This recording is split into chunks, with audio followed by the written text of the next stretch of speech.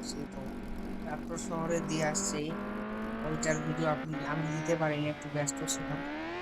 তো আজকে R15 বাইকটা নিয়ে যাচ্ছি অনেকদিন পর, এটা একটু সার্ভিস করানোর জন্য। তো ওদিক দিয়ে সার্ভিস করিয়ে আপনাদেরকে দেখে নিয়ে আসবো গাড়িটির কি অবস্থা।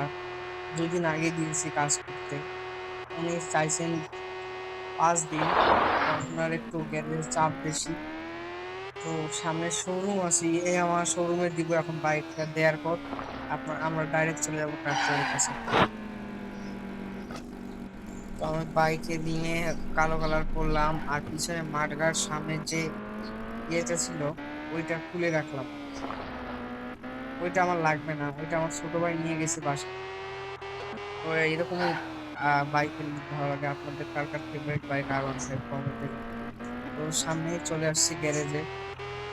গ্যারেজে যে আপনাদের দেখাচ্ছি যে এখন ট্রাক্টরে কি করছে ওরা কাজ। তো এখানে একটা ভাই ছিল যে কাজ করতেছিল আর কি। তো আমার সাথে কথা বললো যে একটু আগে 2টা গাড়ি দিচ্ছে, তো আজকে এই গাড়িটার কাজ শুরু করবে। বলছে আরো 2 দিন পর আপনার গাড়ি দিয়ে যাবে। এখানে নতুন ফার্নিচার লাগাচ্ছে, বাম্পার এখনো লাগানো হয়নি।